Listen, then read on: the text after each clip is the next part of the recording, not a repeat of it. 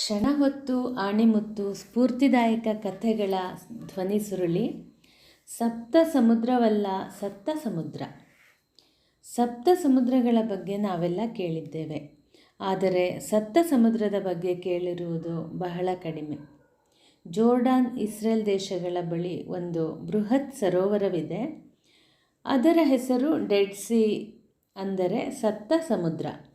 Jordan ನದಿ ಹುಟ್ಟುವುದು ಗೆಲಿಲಿ ಸರೋವರದಿಂದ. ಸಿಹಿ ನೀರಿನ ಈ ನದಿ ಸುಮಾರು 320 ಕಿಲೋಮೀಟರ್ಗಳ ದೂರ ಹರಿಯುತ್ತದೆ.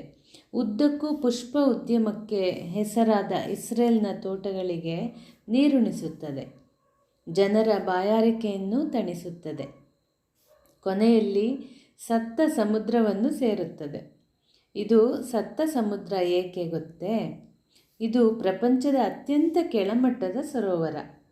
ಸಮುದ್ರ ಮಟ್ಟಕ್ಕಿಂತ 1300 ಅಡಿಗಳಷ್ಟು ಕೆಳಗಿದೆ ಮತ್ತು 1000 ಚದರ ಕಿಲೋಮೀಟರ್ಗಳಷ್ಟು ವಿಶಾಲವಾಗಿದೆ. ಈ ಸಮುದ್ರದ ವಿಶೇಷವೆಂದರೆ ಇದರ ನೀರು ಬೇರೆ ಸಮುದ್ರದ ಉಪ್ಪು ನೀರಿಗಿಂತ 7 ಪಟ್ಟು ಹೆಚ್ಚು ಉಪ್ಪುಪ್ಪಾಗಿರುತ್ತದೆ. ಇಷ್ಟೊಂದು ಉಪ್ಪು ಇರುವ ಕಾರಣದಿಂದಾಗಿ ಈ ಸಮುದ್ರದಲ್ಲಿ ಮೀನು, ಮೊಸಳೆ ಮುಂತಾದ ಯಾವ ಜಲಚರಗಳು ಬದುಕುವುದಿಲ್ಲ.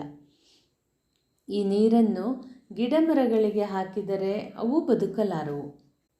ಈ ನೀರು ಇಷ್ಟು ಉಪ್ಪಾಗಲು ಕಾರಣವೆಂದರೆ ಈ ಸಮುದ್ರ ತನ್ನೆಲ್ಲ ನೀರನ್ನು ಜೋರ್ಡಾನ್ ನದಿಯಿಂದ ಪಡೆಯುತ್ತದೆ. ನೀರು ಸೇರುತ್ತಲೇ ಹೋಗುತ್ತದೆ, ಆದರೆ ಒಂದು ಹನಿ ನೀರನ್ನು ಹೊರಗೆ ಬಿಡುವುದಿಲ್ಲ. ಹಾಗಾಗಿ ಉಪ್ಪಿನ ಅಂಶ ಹೆಚ್ಚುತ್ತಲೇ ಹೋಗುತ್ತದೆ. ಸಮುದ್ರ ಸಪ್ತ ಸಮುದ್ರವಾಗುತ್ತದೆ. ಸಪ್ತ ಸಮುದ್ರಕ್ಕೆ ಅನ್ವಯವಾಗುವ ಸೂತ್ರ ನಮ್ಮ ಬಾಳಿಗೂ ಅನ್ವಯವಾಗುತ್ತದೆಯೇ? ನಾವು ಕೇವಲ ಪಡೆಯುತ್ತಾ ಹೋಗಿ ಏನನ್ನೂ ಹಿಂತಿರುಗಿ ಕೊಡದೆ ಹೋದರೆ ನಾವು ಸಪ್ತ ಸಮುದ್ರದಂತಾಗುತ್ತೇವೆಯೇ? ಪಡೆಯಬೇಕು, ಹಾಗೆಯೇ ಕೊಡಲೂ ಬೇಕು. ಇದು ಪ್ರೀತಿ, ವಿಶ್ವಾಸ, ಉಪಕಾರ, ವಿದ್ಯೆ, ಹಣ, ಸಹಕಾರ ಮುಂತಾದ ಎಲ್ಲದಕ್ಕೂ ಅನ್ವಯವಾಗುವ ಸೂತ್ರ. ನಾವು ಸಂಸಾರದಿಂದ, ಸಮಾಜದಿಂದ ಪ್ರೀತಿ, ವಿಶ್ವಾಸ ಪಡೆಯುತ್ತೇವೆ, ಆದರೆ ನಾವು ಹಿಂತಿರುಗಿ ಅದನ್ನು ಕೊಡದಿದ್ದರೆ ಪ್ರಯೋಜನವೇನು? ನಾವು ವಿದ್ಯೆ ಪಡೆದ ನಂತರ ಆ ವಿದ್ಯೆಯನ್ನು ಇತರರಿಗೂ ಕಲಿಸಿಕೊಡಬಹುದು. ನೇರವಾಗಿ ಕಲಿಸಲು ಸಾಧ್ಯವಿಲ್ಲದಿದ್ದರೆ ಕಲಿಸುವ ಶಾಲೆಗಳಿಗೆ, ಕಾಲೇಜುಗಳಿಗೆ ಸಹಾಯ ಮಾಡಬಹುದು.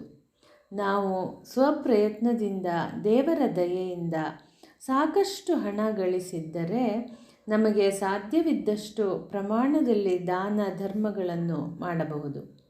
ವ್ಯಕ್ತಿಗಳು, ಉದ್ಯಮಗಳು ಇದೇ ಕಾರಣಕ್ಕಾಗಿ ಇಂತಿಷ್ಟು ಹಣ ಎಂದು ನಿಗದಿ ಮಾಡಿ ಸಮಾಜ ಸೇವಾ ಕಾರ್ಯಗಳಿಗೆ ಬಳಸುವುದನ್ನು ನಾವು ನೋಡಬಹುದು. ಇಲ್ಲಿ ಒಂದು ಕುತೂಹಲಕರ ಸಂಗತಿ.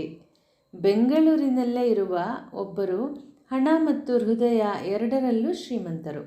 ಅವರು ದಾನ ಧರ್ಮ ಮಾಡುವ ಪ್ರಮಾಣ ನೋಡಿ ಯಾರೋ ಆಶ್ಚರ್ಯ ವ್ಯಕ್ತಪಡಿಸಿದಾಗ ಅವರು ಹೇಳಿದ ಸರಳ ಮಾತು, ನನ್ನ ಬಳಿ ಹಣ ಇದೆ, ದಾನ ಮಾಡುತ್ತೇನೆ ಎನ್ನುವುದು ಆಶ್ಚರ್ಯವಲ್ಲ. ನಾನು ದಾನ ಮಾಡಿದಷ್ಟು ನನ್ನ ಹಣ ಇನ್ನೂ ಹೆಚ್ಚೆಚ್ಚಾಗುತ್ತಾ ಇದೆ ಎನ್ನುವುದೇ ಆಶ್ಚರ್ಯ. ಪುರಂದರದಾಸರು ಬಹಳ ಹಿಂದೆಯೇ ಕೆರೆಯ ನೀರನ್ನು ಕೆರೆಗೆ ಚೆಲ್ಲಿ ವರವ ಪಡೆದವರಂತೆ ಕಾಣಿರೋ ಎಂದು ಹೇಳಿಲ್ಲವೇ?